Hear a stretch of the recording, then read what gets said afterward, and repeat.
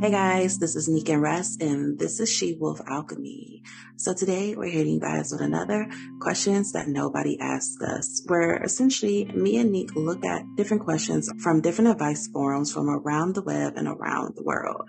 We take these questions and we decide to answer them with our own personal taste. So Nique, you have the first question. Yes.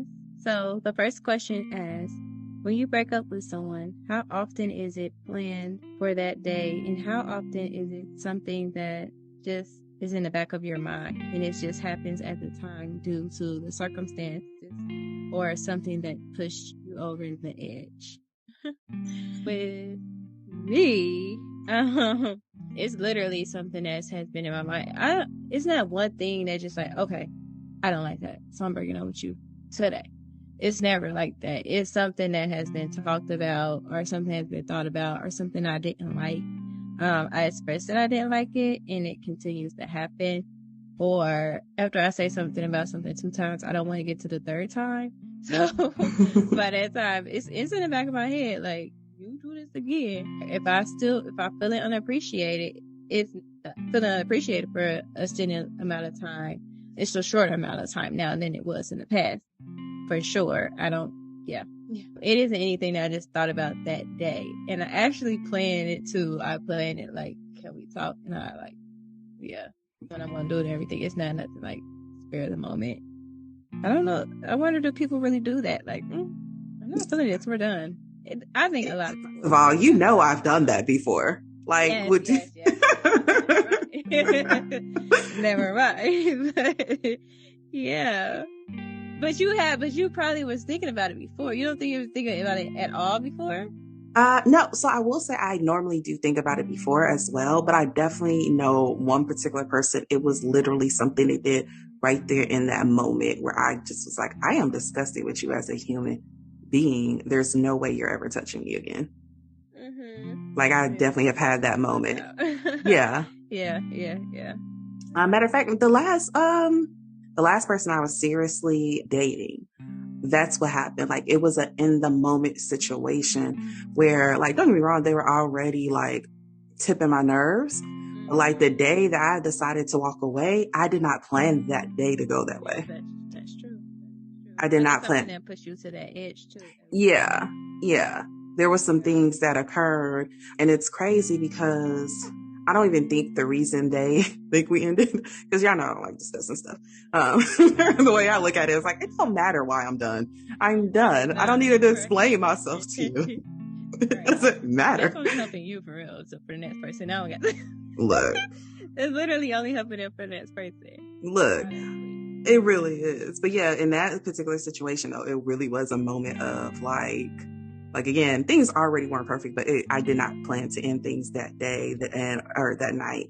And it really was like, they said one thing that helped me.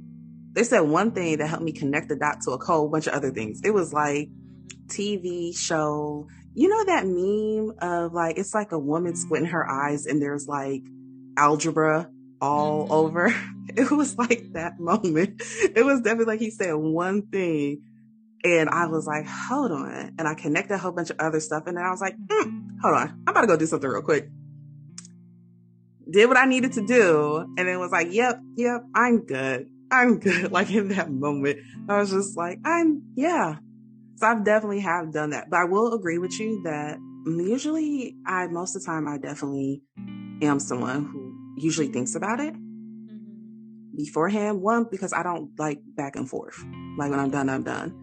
And I'm not saying I was always like that. Definitely, if you caught me in my earlier 20s, that was a different version of Ress. She had time to play. She had more patience. People always say, like, the older I get, the more patience I get. I'm like, I feel like I'm the opposite. The older I get, the less I put up with. The more I'm just like, I know. There needs to be no test trial or anything. I know this isn't going to work. But definitely in my later 20s, 30s, it has always been like something I think through, because I'm like, I know I'm not going to double back. That's just not how my mind works anymore. And so I will say, usually I do think it through, and usually it is a matter of like, this is something that bothers me. You know where my line is on whatever the subject matter is. And something has been said. Now, in the past, I have not always been deep philosophical with my conversations about emotions. That has not always been me. That is very true. But something there stuff has been said. Like nobody should ever be able to. Yeah, no one should ever be able to say they felt caught off guard completely. Like, did you? So I will say, I do think for most people, yeah, you kind of already know in your head, like, and I think for most, you also kind of give yourself like a deadline of like, bro, I am not entering the new year in this relationship. Right. Like, bro, Valentine's Day coming up. I'm not about to fake it through this. Like, before Valentine's says we need to cut this off. Like, I think most people have that kind of like, all right, I know by the end of this month, I need to sit down and have this conversation. We're not going past this month. Mm-hmm.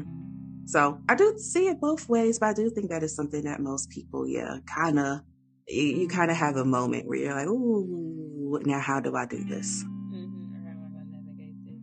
Yeah, and I still going back and forth, and I hate that about myself. I'm like that with any decision, though. But you've been better. I will say that you've been better about it. Yeah, because before in the past, there were times where there were people who we all agreed together that you needed to break up with them. We were all like, yeah, no, that's a really great decision. All of us, you have an unanimous vote. We all agree that we should get rid of this man. And 6 months later, we still talking about it. Yeah. But I have grown. Kudos to growth. You cut the timeline in half, and I'm proud of you for it. All right, I'm going to go to the next question. Okay, guys, this one's a little bit long, so I'm going to try to read through it kind of fast. My boyfriend thinks it's weird that I won't hit up my cousin that I haven't seen in 18 years. So she's from California. I'm from New England. I haven't seen her since I was 12 at my grandparents' funeral in 2004. She is currently 30 years old right now, guys. She recently moved to Nashville, Tennessee, and I moved to Georgia after living near my parents and grandparents, relatives in Florida for about a year. I only see her stuff on social media and we never chat. She even had a wedding 6 months ago, and I, nor my 4 siblings, parents, and like the other half of my relatives were invited because they could only accommodate so many people. She apparently said to my grandma and my one uncle who lives in Maryland how she could come visit them since she's so close, or they come see her. My grandma had said it's not like California. We don't consider Florida or Maryland close to Tennessee. I was simply telling my boyfriend how apparently she's not accustomed to the East Coast ways of doing things, and that my uncle joked saying, guess I'm driving to Atlanta now to see blank blank's name. Now, my boyfriend then said to me, why don't you reach out to her and go meet her? And I ended up getting into an argument saying how I don't even know her. We aren't close. I wasn't invited to her wedding or college grad party. We don't chat online. We have nothing in common. My 2 cousins that I am close to, because we grew up half an hour away from me, don't talk to her either. And grandma and uncle are right. Tennessee is still far. I mean, that's like driving from Boston to Washington, D.C. I don't know anyone who would just drive that far for fun. I have relatives in every East Coast state, and we don't just drive all willy-nilly from Pennsylvania to New Hampshire or New Jersey to North Carolina for fun. That's not how my family is, and it's why my grandma had to address this to my cousin. Nashville to my grandma or parents' area is like an 11-hour drive. He thought I was being a dick and cold because I don't want to talk to my cousin that I haven't seen in almost 20 years. Meanwhile, he has a half-sister who is much older than him, who he has never seen or talked to once in his life.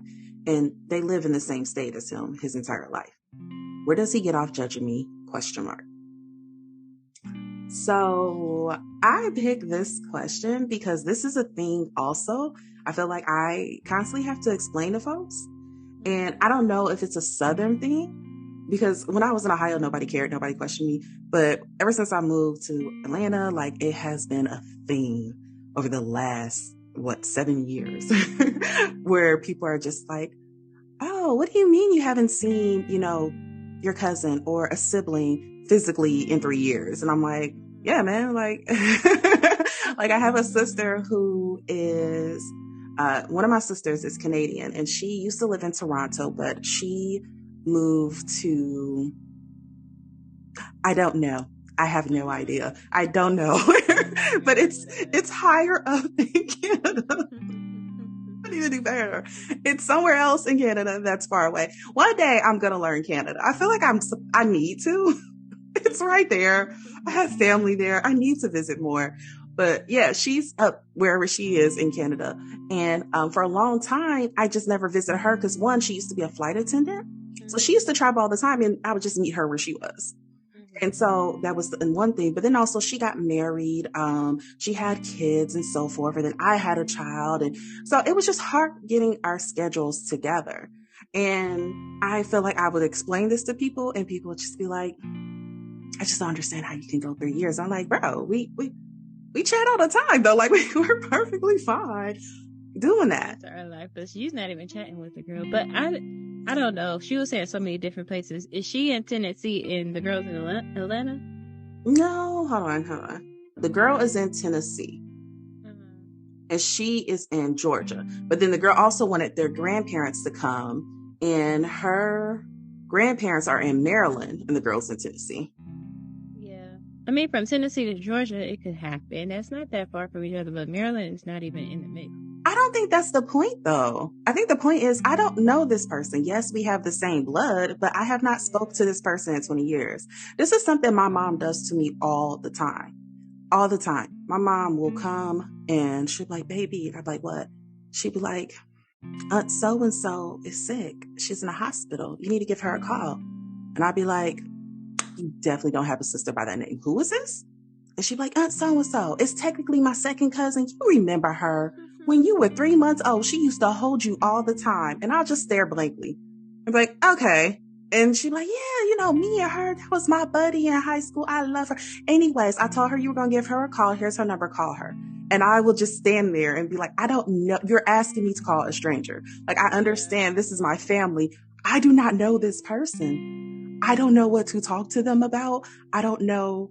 You're asking me to call a stranger. And me and her, once every 3 months, have to have this conversation. She will give my number to some family member I do not remember.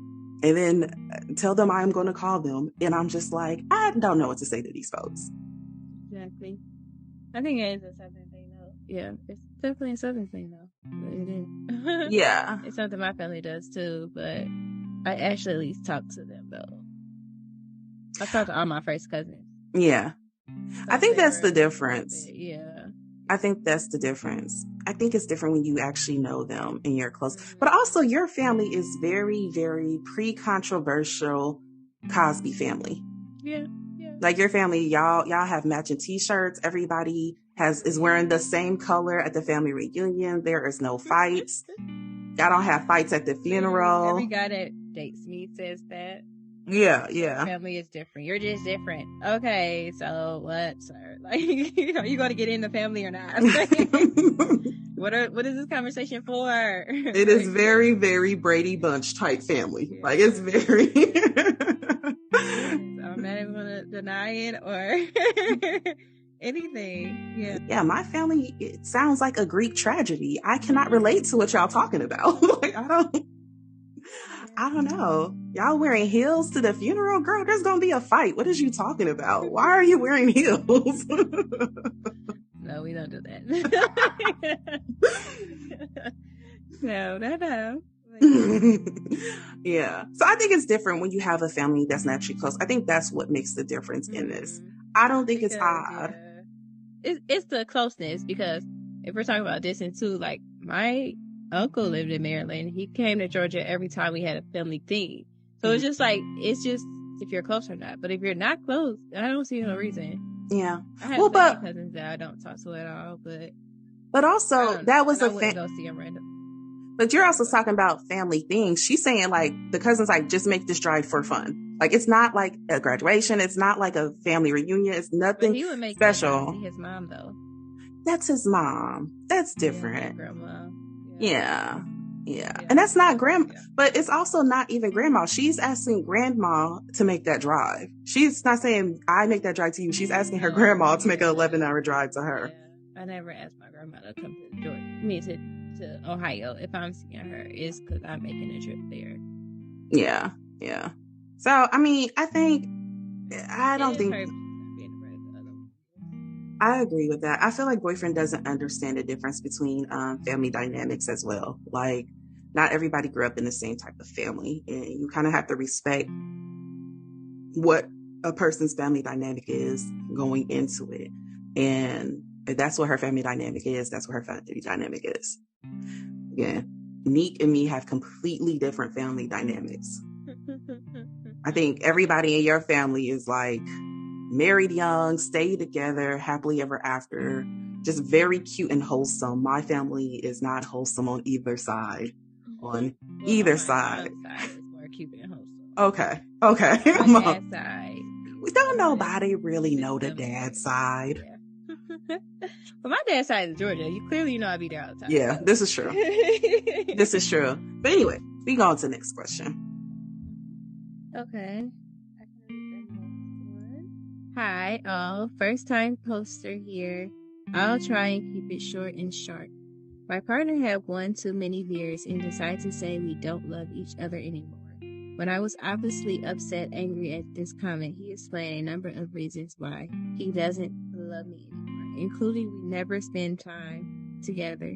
It is always about the kids and more. Points I had already got upset about recently and was asking for us to have more couple time rather than just in our parent roles. He purchased flowers and chocolates the next day when I told him what he said, and now is acting like all is good. But I am still heartbroken and depressed. He says it was just stupid drunk comments, but I feel you don't say things when you're drunk unless you feel them some way. I can't unsee his face when he said it or unhear the words. I don't know how or if I can move forward, and each day seems to pull me down further. Any advice would be greatly appreciated. Thank you. Y'all gonna have to go talk to somebody because y'all need to go see the lady. Exactly, y'all need to do something because this is how he feels. This is how he feels. Seeing it from a person who says a lot of stuff when they're a little bit tipsy or drunk. Usually, I mean what I say in those moments. So I know for a fact he meant it. It's just like him owning up to it so that they can address it and see what they can do to fix it. And if they can't fix it between themselves, a third party, a mediator, a therapist, couples therapy, anything, to get those emotions out. But he has to be honest in saying, like, this is how I feel. Like, I don't know if we love each other anymore. These are my fears. He needs to be honest, and that's like the start. And I definitely feel like that's how he feels in some type of way. It might not be to the extreme, like, I want to leave you because I don't feel you love me. But in the back of his head, he's like, man, I don't think we love each other anymore. That's how he feels. Don't take. I mean, you could take the candy and the roses, but let's talk about it. Let him know that he needs to own up to these feelings. Yeah, no, I agree. I definitely, there's a such thing as liquid courage where liquor gives you the ability to say the things you want to say without holding back, without being cutesy or considerate, and, without softening it up a bit. It lets you say that stuff raw. And I have never said anything that big or extreme when drunk that I have not meant.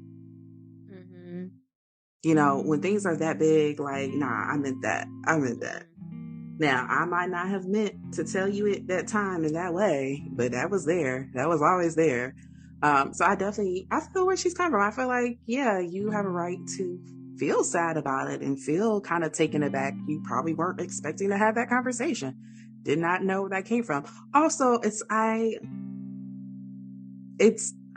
also kind of weird to me when people say those type of things and they try to make it a we thing. Like, this is both of us. And it's like, no, those are your feelings. One, didn't even know that was your feelings. But don't try to make it seem like, no, we both feel like that. I feel like that is one of those soften the blow type things. Like, we don't love each other. No, sir, just say what you mean. You don't love. But you can't ignore it away, and you can't just like buy flowers and then ignore it. It's like, okay, no, that was just drunk. Like, I think that probably does need to be explored, because what I see happen is you don't explore it, and it kind of just sits there in the back of both of you guys' mind. And more than likely, he really does feel that way. And it just kind of sits and sits and sits until it grows into resentment. Like, you can pause the pain and then have to deal with the pain later when it's bigger and it's grown, or we can deal with the pain now. And it's like, look, I'm already sad and crying. Let's deal with it now. I don't want to be sad and crying over this twice. Yeah. So go talk to the lady. Okay. So let me go to my next question. Starts off, I recently had to go back to the hospital due to my anxiety, panic, and a dissociative amnesia disorder. Nothing I'm not used to. I have suffered most of my life. Whilst in the hospital, they discovered that due to the severity and length of my attacks, my heart has developed an irregular beat. Worrying, but manageable. I told my children, 2 teenage boys, about the issue and not to worry, but I did not tell them the real reason I was in the hospital in the first place and why they could not visit. I don't live with them, and I should point out I have no communication with their mother, although I see my kids often and we have a very close relationship. My diagnosis has made my life difficult, and I often intentionally hurt myself, and as such, in the hospital, I am classified as a high risk in a strange kind of way. My children know that I have some anxiety, but not the true extent of the problem. I'm afraid to share the diagnosis with them and the issues it brings with it, as I'm scared it will make them worry. On my safety plan, my only option for next of kin is my children, but I refuse to list them as a contact, as again, I'm not sure it's fair or the right thing to do at their ages. I feel I have to lie to them and find myself constantly making excuses during my bad times and hospital stays. I do not know at what stage is the right time to tell them, and I fear if I do not, they might find out if it happens when they are around me. I do know I have to, but are they mature enough to understand? And is it fair to add worries to their life? So this is a tough one. He said the boys are both teenagers, but he did not really give their exact ages. So I am going to say my opinion on it, a general basis of, let's say they're like 15-ish, 17. With that in mind, I believe in letting them in. You do not have to go into the full extent in detail, but I do think that, one, this can be a good way to normalize taking care of your mental health and making it seem like struggling with your mental health is not something to be ashamed of. When we hide those type of things from our kids, it makes it seem as if this is the shameful thing that we have to hide. And it's not something shameful that you should have to hide, because if your kids were dealing with something like this and they were struggling, it will break your heart to realize they did not think this is something they could tell you about, that they were too afraid and ashamed to tell you about. And we have to do a better job in our communities talking about mental health, talking about struggles and so forth, so kids know this is a thing. And it's okay if it's a thing, because there's help. And you can talk to people, and there's people here that want to root you on. And there's people here that want to be understanding and so forth. I agree there are certain things and topics that it is too overwhelming for kids, but I think when you get to teenagehood, especially if the kids are like 15 and older, we got to start being able to have those type of conversations with them. There is no reason that we're like, okay, I have to have the sex talk, but I can't talk to you about my mental health. And then also another thing I want to bring up is like, this is something that my dad does. Not mental health, but my dad, as we got older, stopped telling us when he would have a heart attack. Like, he would have a whole heart attack and I would not know. And it pissed me off at a level I can't even explain.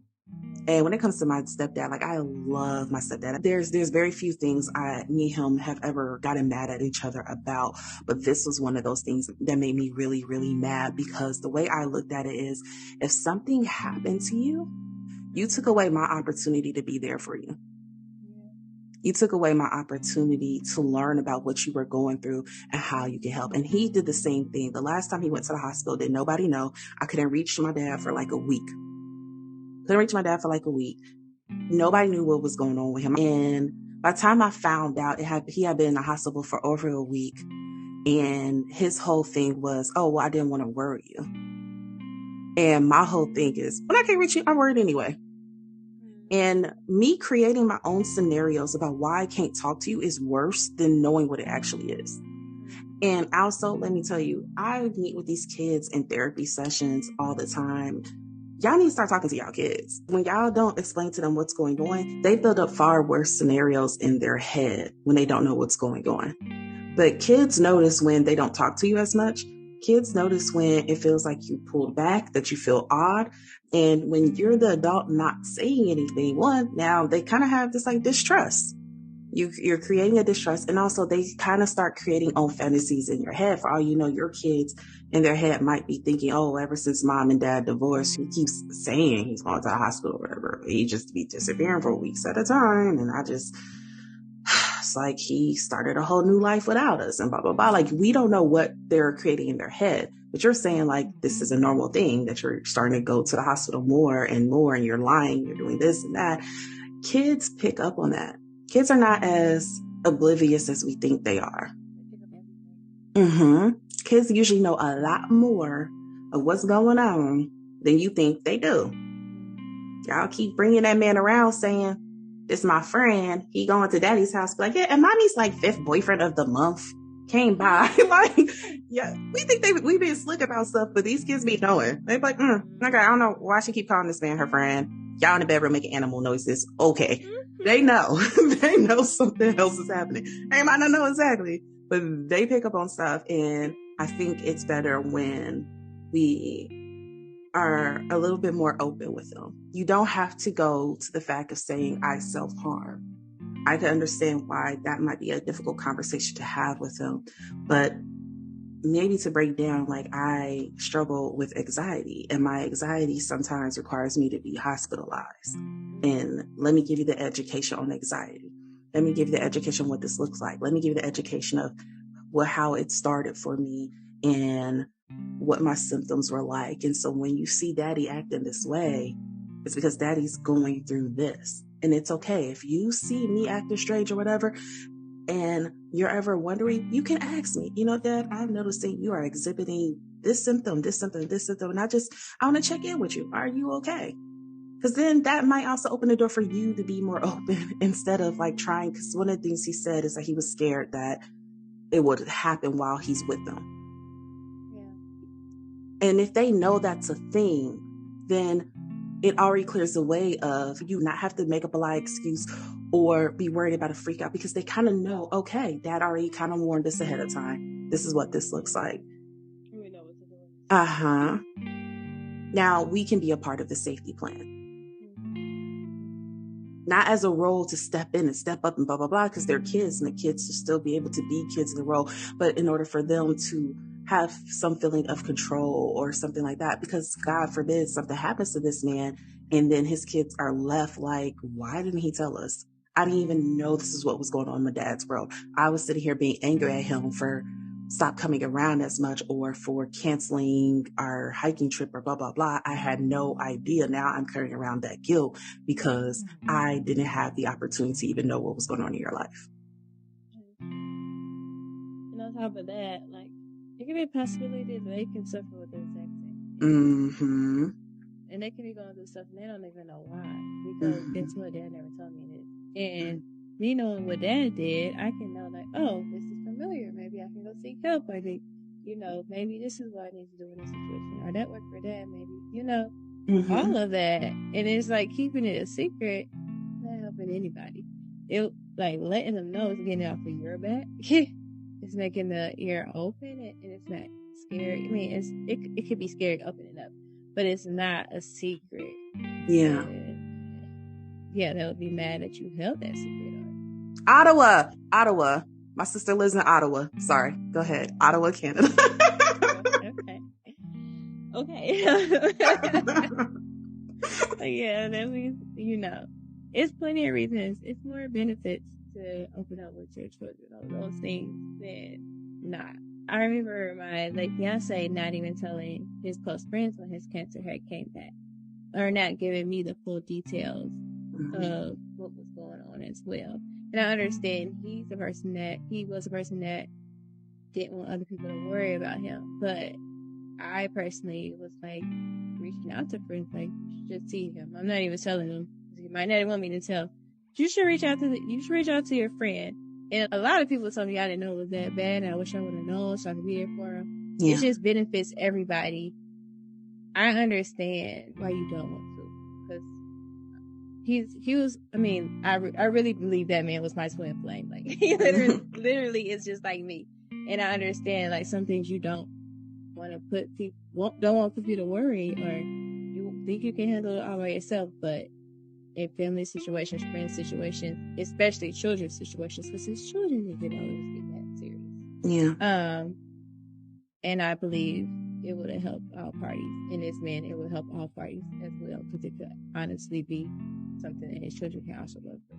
Yeah, I agree. And you don't want to leave people kicking themselves, wishing if they knew. When you take away that option, now people are kicking themselves about something that they didn't, they didn't know. And if they knew, they would have acted differently. And maybe the whole point is, I don't want you acting differently, but you don't know how situations will turn out. And for you to say like, oh, well, I don't want people to change their behavior around me, blah, blah, blah. But you might be taking away a guilt that a person now lives with that you weren't trying to pass on to them. But things can turn a certain way. And now that's something they've been in therapy about for 10 years. So yeah, definitely. I feel like, if you should tell them a little bit more in depth.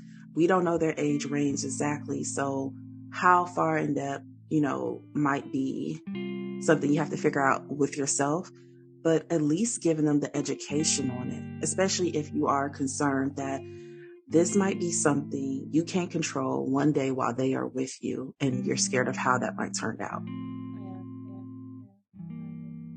Yeah. A big part of being a parent is having those tough conversations and having to be honest with your kids about things that is hard for everybody to hear. There's a way to go about it. Yeah. Also, if you're in a hospital, usually the hospital has social workers and stuff. They have LCSWs and so forth. And you can literally tell them like, hey, can somebody send the social worker here? And you can ask them like, so how do I have this conversation with my kids? Or you can literally be like, hey, my kids are going to visit. If you could sit here with us and have this conversation, because usually they are trained to do that as well.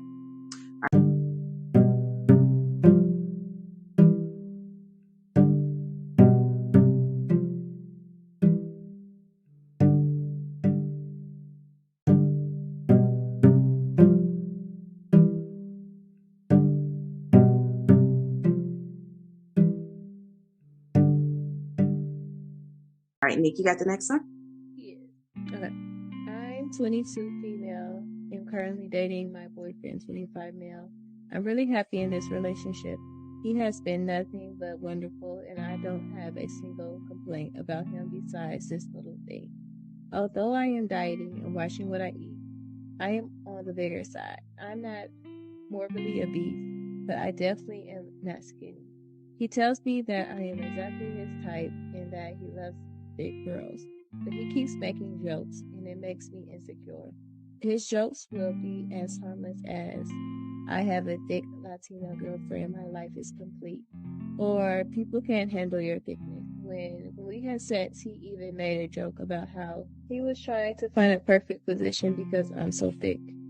I don't know if my weight actually bothers him or if he is just genuinely trying to make lighthearted jokes. I asked him if he genuinely does like thick women, and he said, of course I do. I don't know if I'm being dramatic or not, and I want to talk to him about it, but I'm not really good at confrontation, and I don't want him to feel bad because I know he has no ill intentions. Literally all she could do is talk to him about it. Like, literally. Communication. Yeah, like, bro, can you stop talking about weight? It's bringing me down. Like, do you like it or you don't? Like, yeah, you make like I don't know, or this is hurting my feelings. I'm not really sure if he's just joking or if it's, I don't know, because we don't know the person, so we really can't answer that question. But if it's for hurting her feelings and it's making her self-conscious about her weight, it's something that we need to talk about. If he cares enough about you, he will stop doing it. Yeah, that's my opinion. Yeah. Well, like with Nique, I think, communication. You have to just straight up tell him, like, hey, look, I don't make a big thing of this, but I actually really hate when you make references to my weight. I hate when you say it all the time. I really don't want to joke about it. I feel fine about my weight, but you keep bringing it up. It makes me second guess. And I just don't like feeling that way. So could we just not? Like, you can literally have a conversation that simply, more than likely, he is probably doing this thinking that he's making you feel better. He probably thinks he's saying it as a way to reassure you. And he just feels awkward. And especially if he's already the type that he's a humorous type person. So he's just using it in the way he normally talks about everything else. And more than likely, I feel like that might be happening. I definitely dated a guy who was really, really, really, really, really, really, really, really, really, really skinny. Like soaking wet as a grown as adult. He was probably 130 pounds. And I'm a thick girl. And and he didn't do that, but he did constantly talk about like me being curvy. Like that was a thing. He was constantly like that. And I remember having to have a conversation with him where I was just like, so like, is this like one thing? I'm a busty girl, and busty women attract a lot of men with mommy issues. I don't know if y'all know that, but it's a thing. I want to do a research study on it because of the experience I have had. I'm like, there's some Freudian shit going on here. But it was like a thing. I remember having to have a conversation with him where I was like, so is this a fetish? Like, what's going on here? He was like, what? No, I'm complimenting you. And I was just like, yeah, but like, I don't need to be complimented about this particular thing all the time. Like, it's coming off odd to me. And they was just like, oh, okay, no. And they stopped it. And then I ended up realizing they had dated somebody beforehand, and it was actually the opposite. She was like very pear-shaped, very heavy bottom shape, and had some insecurities about her body. And so like in their relationship, like he was like, yeah, I'm just used to always, to make her feel better. I was always complimenting her. He was like, and it helped our relationship. So he's like, just after that, I was like, oh, women like compliments about their body, have to make them feel good about their body. So he's like, that's something that I just have always done after that. And I was just like, yeah, okay, yeah, it's fine. That don't work for me. And he was like, cool. And then it wasn't an issue. Yeah. And it wasn't like, we had one conversation and we were both able to move on from it. And that was it. So I think open it up and just saying, let him know, like, hey, that makes me feel really uncomfortable. So that's all I have for that one. And I'm going to go to our last question. So this one isn't a scenario question. This one is just a general question they were asking people on the web. So it starts off, would you read public reviews of dating prospects given by their former partners? So if you're talking to someone on a dating app and trying to decide whether or not to meet, would you find it useful to be able to access reviews left about them by prior dates or prior partners? Kind of how we get to read reviews about things we order off of Amazon, so we know if we're being scammed or not, and to get an idea of the quality of the product, if it breaks after a month or if it's true to description. So instead of wasting an hour it takes to get ready, drive to our date location, only to sit through another hour or so if the date is flopping, could we save ourselves time and energy by reading honest reviews left by others who have already been on a date with that person?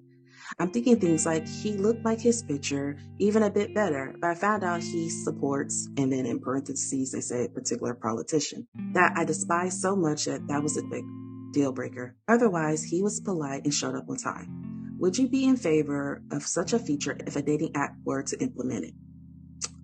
So, absolutely not. Absolutely not. Absolutely not. There are definitely horror. Any more for reason. Sorry. Go ahead.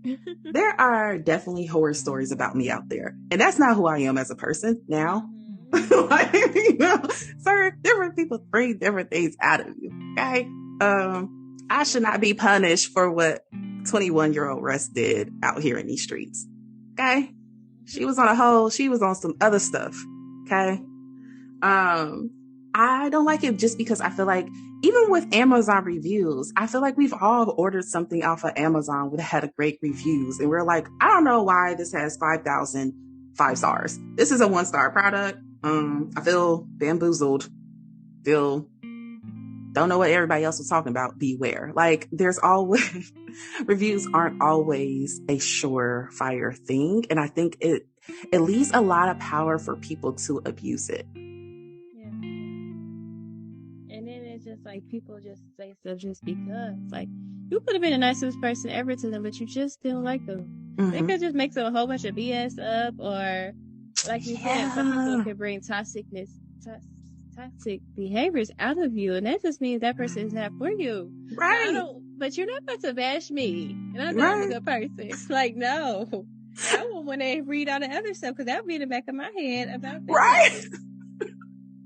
Like, no, I know you about to set it off soon. And he only set it off with her because she kept calling him out of his name every day. Like, you know what I mean? Like, I don't believe people would use it correctly. I think it would be abuse of power. There would definitely be somebody's dusty son who's mad that she was like, okay, good night. And he like, I can't come in. And she like, no. He gonna write, gold digger. First of all, I could see her tracks. Yeah, First of all. Right. Girl. It's just stuff said about me. And I'm like, bro, literally, I remember I was dating a guy from church. And he told another girl from church that I was a user. I was a gold digger. I was this. I was that. What? I said, exactly. I said, did he tell you the last conversation we had when he was drunk and he was begging me to be with him? I just said, I already told you I just didn't want to be with you. I told him I had to get off the phone because this shit is freaking me out. Did he tell you that? He didn't tell you that part. But he won't tell you all the other stuff. Like, you know how they say, I want to do this for you. I said, no, you do not have to do that for me. No, you don't have to do that for me. Or, we go on a date. I want to go. I know. Like, you could tell these people over and over. So, then I became a user. I became a gold digger. I became this and that. Because I didn't want him. And that's a prime example. It's like, sir, it's just the way you perceived it because you were down and out. And he's trying to tarnish my name to a lot of people, actually. So, just like, you just like, situations like that, you're not the same with everybody. And some guys just don't know how to take. She don't want to be with me. Yeah. I 100% agree. And I think it will go both ways. Even with women, I feel like there's definitely women that could abuse that whole thing. Recently I had somebody I know who had a situation where they were dating a guy and an ex was just like, just so you know. And the ex showed all these old text messages, showed like him, just a whole bunch of like toxic stuff. And she broke it off. Come to find out, he moved in with the ex the next week. Like, the ex had just said that to keep other girls away. Like, don't get me wrong, it sounded like he definitely was a cheater. The ex just wanted him to herself. But to say, like, I think people could abuse that. And so I would not be for it. And kind of like your situation, like, different people definitely bring different things out of you. There's definitely people I have dated who people would be like, I think would say like, she kind of mean and standoffish. She don't ever tell you really anything about herself. Still don't know where she lives. Like, there's definitely people. You didn't need to know, sir. And it wasn't for you. Exactly. Like, I wasn't for you. Exactly. But there's other people who I have connected with, and the version of me they will tell is like very different. It's very, romantic. It's very positive and all these things. So I think it's just, I think it's unfair. I think it's unfair to put that on a dating site. I understand why people would bring up the idea because it would definitely be great to know, especially people who are psycho. Like, it'd be great to know, like, girl, he got a whole kidnapping case pending. I would like to know that information. Yeah. I snuck out the back window. We need to know something like that. But unfortunately, there's no way to do it without, on a dating app at least, without running the risk that, one, I just don't see that happening without y'all getting sued. Like, I don't see an app being able to do that because there's going to be somebody that abuses it. And now it's attached to this person's name and profile. And look it up. Now they're embarrassed and they're going to sue for, what is it? Defamation? Is that what it's called? And all this other stuff. And it's just, I don't see how that can work in the real world. And then also, like, I can see the type of guy that I normally am attracted to having reviews that would not make me want to date them in real life. In real life, I can see that, and me walking away from someone that that could have been a good thing, you know? And I also think, like, even if it was good, they could be salty that it didn't work out, and they could still write something bad, even though the whole thing was good. You know? So it's Yeah, that's what I'm unfair. saying. Even the guys that say that experience you're good, like your best, they're still salty. Yeah, You know what I yeah, mean? yeah, They're salty. So why would I be like, she's really nice? yeah, Oh, I'm sorry she left me though. yeah. Like, And I don't know.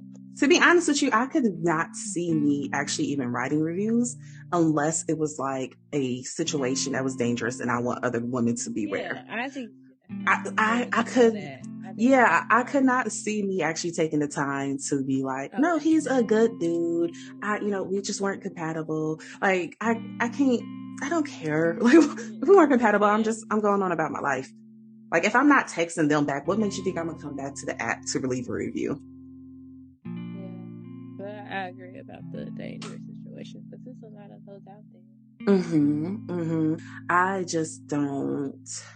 Yeah, I just don't think in reality it will work out the way that it was intended to work out. And I feel like it would do more harm than good. I think it would be exciting when it first come out, and then within a month, everybody's gonna be like, "Oh, girl, do not use that dating app. I refuse to let this man come upstairs, and he told everybody that this is a wig, my breath stink, and I kept calling him, back to back to back until, for weeks following later." And it's just like, yeah, I'm good on that. So good thought in theory, but no, I would not use it. But there has to be, I don't know. Me and you have talked about this before, where it just seems like a lot of women are going through like a unintentional celibacy or they're going through like an experience of like just being off of dating, being like turned off of dating.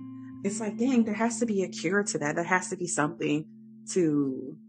I was thinking about that the other day, but I don't know.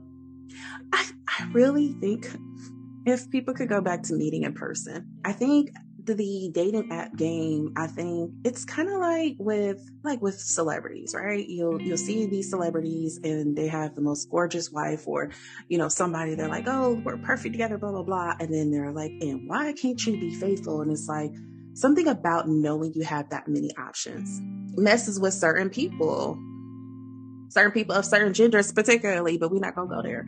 But it messes with certain people. And I do think, though, even in that, I do truly actually do believe that when a person meets the right person and they are tired of that lifestyle and they are tired of like being, they get to a point in their life, they are really like, I want to be with one person. I really want my one person who's for me, my twin flame. And I just want to be, if I want to trust them because they're trustworthy and I'm going to be trustworthy for them. I think you can have that even when you have lots of options. However, the problem is like, there seems to be a disbalance in one side that wants that at an earlier point than the other side, like not wanting that until a lot later. And then unfortunately what's happening is when they get to that a lot later, that other side, they are no longer even interested in love. So like, this is not worth the headaches. I definitely think it plays a big part because you can just go swipe along. I don't even know what year did this stuff start happening, strong or hard. I don't know. It had to be like in our mid-20s, because in college, like I don't remember using dating apps in college. Yeah. I liked meeting people. I liked meeting guys in the club. I don't care. Like, it was just like icy. I mean, I don't know. I mean, that's literally where I met everybody. Yeah. See, and I would be meeting people. I did not meet people in the clubs. I met people just out. I literally would meet guys at like grocery stores, at me walking to class, me, sitting in a common area and the dude come up to me. But yeah, it was sometime after college. Yeah. I don't remember getting on it until after I already had my daughter. So sometime within the last. Before then? I'm sure they were out. You know what it was? It definitely was, because I definitely was on Tinder at one point, and I went on a date. And Yes. I even had. I remember. I remember. Army dude. Like, a hoish, yeah. And yeah. The other was Army dude, and he was a very good caliber. I mean, I would probably date him now, but back then, yeah. But now I would. I'm mature now, mature lady now. Back then it was just cool, but something just was like, he's too ready to settle down. I really wasn't, but he was a good caliber of a guy. Mm-hmm. So I guess it was out there, but it didn't seem at that. It didn't seem popular. Yeah, I don't think it was. Because even with that, I remember when you met him, you were like real hesitant to tell me where you met him. It was still one of those things like you didn't like telling people. Did on the low. Yeah, I did. First of all, you be doing all types of stuff on the low, okay? I would be finding out about half your life experience. And it's funny because y'all say I'm private. But I don't be finding out about private. Nobody say you private. Treva and them always tell me I'm private. They're always just like, we really don't know what you be doing. You just randomly say stuff. And I'm like, oh yeah. Tell me stuff. I guess I don't consider you private. I consider myself more private than you. I don't think you're private. You tell me stuff. Mm-hmm. Everybody else swears up and down I'm very, very private. And I'm just like, I don't know. I feel like I tell people what I feel like people need to know. That's me too. Mm-hmm. Whatever. Why can't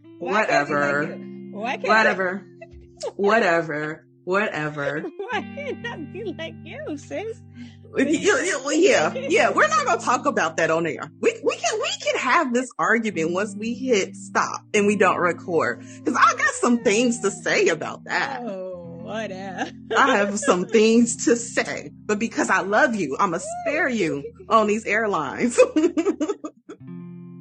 I got comments, and I want you to know. Anyways. But no, I think up until I really feel like it was like maybe in the last 5 years, because it used to be a thing where people would be on sites, but they would be really hush hush about them. Like you didn't want to tell people. It used to be a whole thing.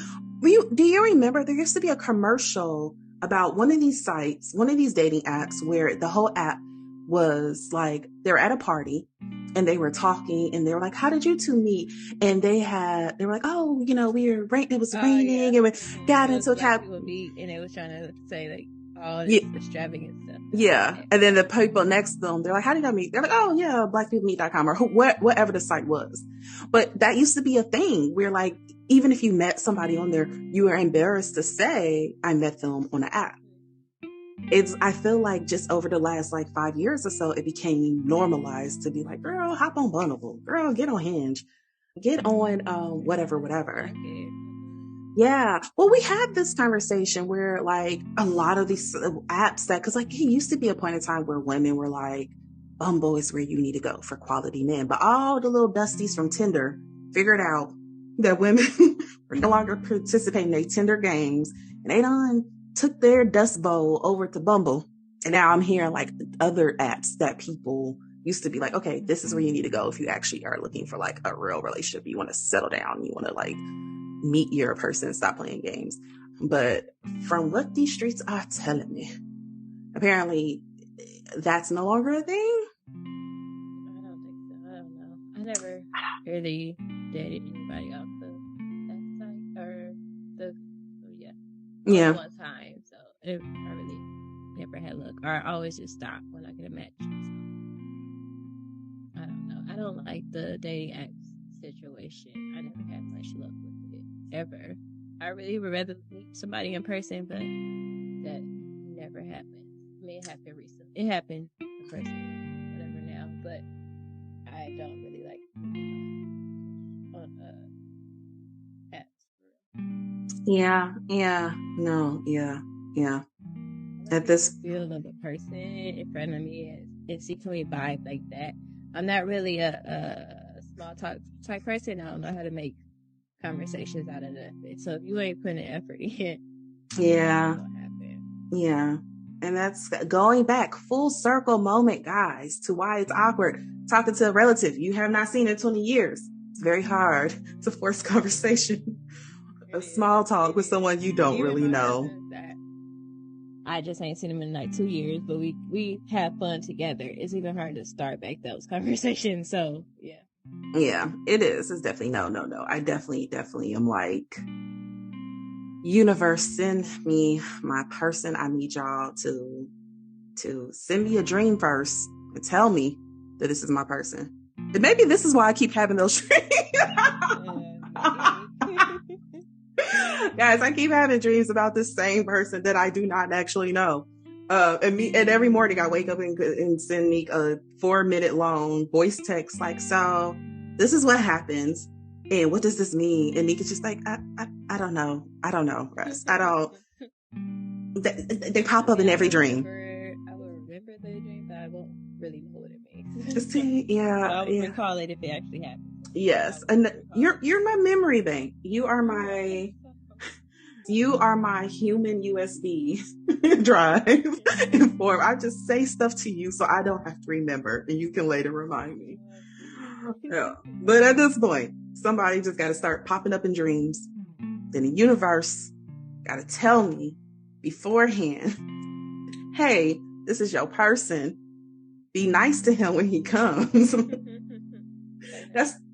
Play nice. Please get along. We are trying, the whole universe is conspiring to make this thing happen. Be nice, play along. And that's really the only way I see me doing the dating thing right now in life. That's the only, I'm just not interested in apps. I'm not interested in person. Yeah. Last weekend I went out with a girlfriend to brunch.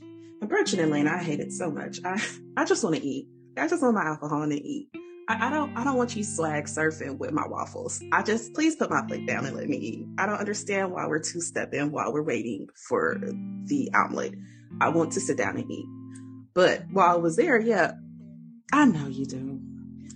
But while I was there, I remember one of the guys came over and I just put my hand up and I was like, this is not that time, boo. And he was like, I respect it and I appreciate that he respected it. And I was like, cool. And I went back. Yeah, I'm not. Yeah. Respect the rules. Girl, I gotta be honest with you. I didn't really even look up at him for real. I also, stuff in my face is not the time for you to ask me questions. So I don't know. But I did it. I just kind of halfway tilted my head to the side, was like, I put my fork up. My fork was in my hand. I was like, and I just pointed at my food. I'm like, I'm kind of busy, bruh. And he was like, I get you. And he just walked back. And it was nice. It was not a mean type thing. But respect the rules, universe. Those are my rules. Dream, message. Tell me what the plan is. Convince me to go along with the plan. And then we in there. Happily ever after. So guys, that is all we have for today. Hopefully you guys enjoyed the episode. As always, we'll have a new episode for you next Thursday. If you haven't already, go back and listen to any of the past episodes you may have missed. You can follow us on Instagram at SheWolfAlchemy. If you are listening on Apple Podcasts, please head over there and leave us a review. Leave us a review with some words. And other than that, guys, you have a great rest of your week.